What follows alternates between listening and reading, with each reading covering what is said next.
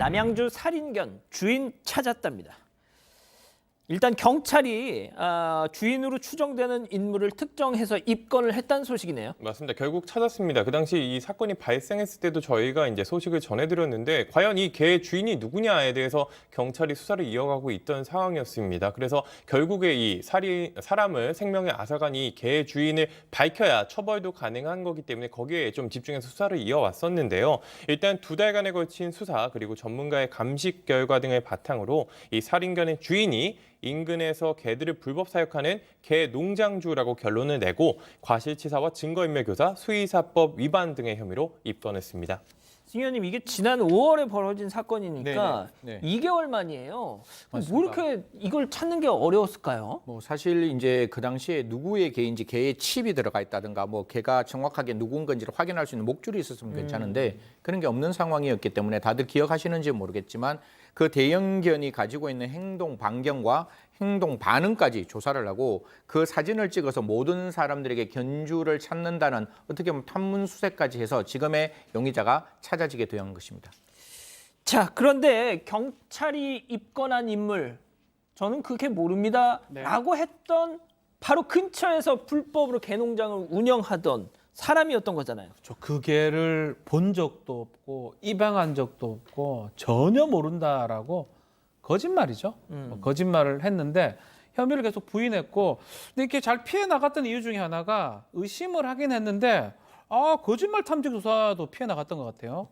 그냥 90% 이상의 정확도가 있는데 어쨌든 간에 특이점이 발견되지 않기 때문에 뭐 수사가 무죄 추정이 적용되는 상황이라서 조사를 못하던 상황이었습니다. 그래서 결국 거짓말했던 부분, 거짓말을 해서 경찰의 수사를 방해했던 부분, 이 부분도 위계에 의한 공무집행 방해죄로 입건할까를 고려하고 있는 상황입니다. 자, 그리고 경찰 조사 결과 이 지난해 사고를 낸 개와 비슷한 유기견을 분양받은 뒤에 현재 이 개를 키우고 있지 않은 사실도 확인을 했더라고요. 네, 그렇습니다. 그러니까 2020년 5월에 이 개를 입양을 해서 11개월을 키웠어요.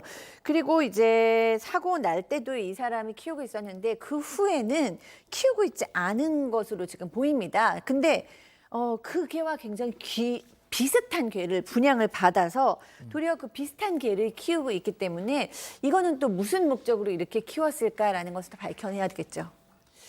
자, 정말 일단 사고 다음 날 이 불법 개농장을 운영하는 업주, 그러니까 이 살인견의 견주가 사고 다음 날, 승 의원님, 네네. 증거인멸을 시도했어요. 그러니까 뭐 사실 이 부분이 어떻게 보면 가장 중요한 증거가 될 것 같은데요. 나는 몰랐다라고 지금 끝까지 부인하지만 사실 이런 어떤 정황을 본다면 분명히 어느 정도의 그 견주라는 사실이 드러나는데 어떻게 이야기를 했는가 하면 지금 이제 제가 개를 키우고 있는 사람인데 그 전에 개를 키운 사람에게 제가 전화를 합니다. 그래서 기본적으로 경찰 등에서 연락 오면 그 개, 첫 번째 입양한 그 개는 병들어서 죽었다라고 이야기하고 그 개의 사체는 태워서 없앴다고 진술해라. 라고 이야기를 하는 거예요. 그러니까 분명히 자기 증거를 이제 인멸하는 게 아니라 다른 사람에게 그러한 증거 인멸을 교사했으니까 저 부분은 증거 인멸 교사가 될 것이고 뿐만 아니라 현계 주인과 전계 주인이 차량의 블랙박스라든가 CCTV를 훼손한 정황도 보이기 때문에 이런 부분이면 충분히 구속영장도 청구할 수 있는 부분이 아니냐, 증거 인멸의 염려가 있을 가능성이 있다. 이런 부분을 조금 저희들이 살펴봐야 한다라는 말씀 드리겠습니다. 자, 그런데 말이죠. 지금 혐의를 부인하고 있어요. 이 정도까지 나왔는데. 예, 그렇죠. 사실 이게 수사는 녹록치 않는 수사입니다. 왜냐하면 지금 우리가 전문가의 입장에서 지금 이제 그 살인견이 분명히 그 당시에 입양했는 견하고 유사하다라는 게 나오는 거지 그게 그게다라고 정확하게 이야기할 수 없는 부분이기 때문에 이런 부분에 대해서는 경찰이 더 꼼꼼하게 좀 수사를 해야 되지 않느냐. 부인한다고 우리가 혐의를 입증할 수 없는 게 아니라 부인을 한다 할지라도 그 외 여러 가지의 어떤 물적 증거를 가지고 분명히 살인견이 대한민국 국민을 살해했는 물어서 죽였는 사건이기 때문에 누구가 했는지 그리고 그 견주가 얼마만큼 과실이 있는지 분명히 처벌의 가능성이 있으니까요. 꼼꼼하게 따져야 한다라는 말씀드리겠습니다. 자, 박 변호사님, 네. 그런데 말이죠. 이건 약간 조금 근본적인 문제입니다. 지난 2개월 전에 저희가 이 소식을 지금 전해드리면서도 그때 뭐 지금 계신 패널 분들이 안 계시고 다른 분들이셨지만 그때 이제 뭐 저희끼리 내린 대부분의 이제 어떤 결론은 뭐가 됐든 사람을 죽인 개이기 때문에 안락사를 시켜야 된다. 많은 분들이 또 우리 가족 여러분들도 그렇게 말씀을 하셨고 말이죠. 또 그 개통령이라고 불리는 그 강형욱 씨 있잖아요. 강형욱 씨도 한 방송에 나와서 이 남양주 살인견은 누구의 눈치도 보지 말고 안락사를 시켜야 한다. 이렇게 주장을 하셨었단 말이죠. 근데 지금 일부 동물 단체들이 남양주시에 우리한테 개를 맡겨주면 교화를 하겠다. 뭐 이런 제안도 하고 있다고 해요. 네.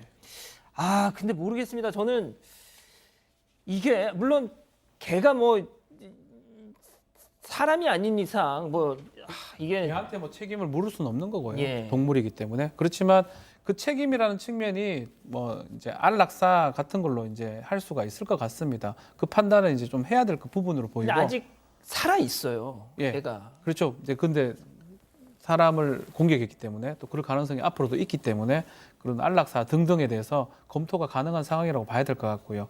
근데 이제 앞으로 궁극적인 문제가 좀 있을 것 같아요.